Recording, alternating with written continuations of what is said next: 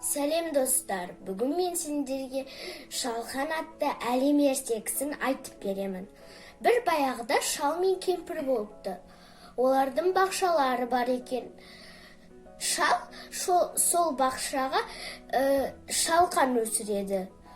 Ол шалқанды әрі-бері тартады, шықпайды.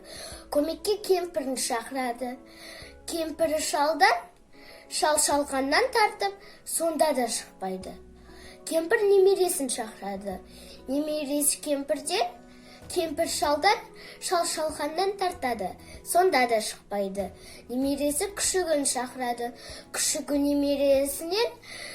немересі кемпірден, кемпір шалдан тартып, кемпір шалдан шал шалқаннан тартады, сонда да шықпайды. Күшік мысықты шақырады. Мысық күшіктен, күшік немересі кемпірден, кемпір шалдан шал шалқаннан тартады, сонда да шықпайды. Мысық тышқанды шақырады. Тышқан мысықтан, мысық иттен, ит немересінен, немересі кемпірден, кемпір шалдан шал шалқаннан тартады.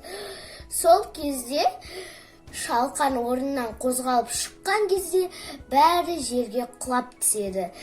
Егер де достар, бұл ертегі сіздерге ұнаса, лайк басыңыздар, сау болыңыздар.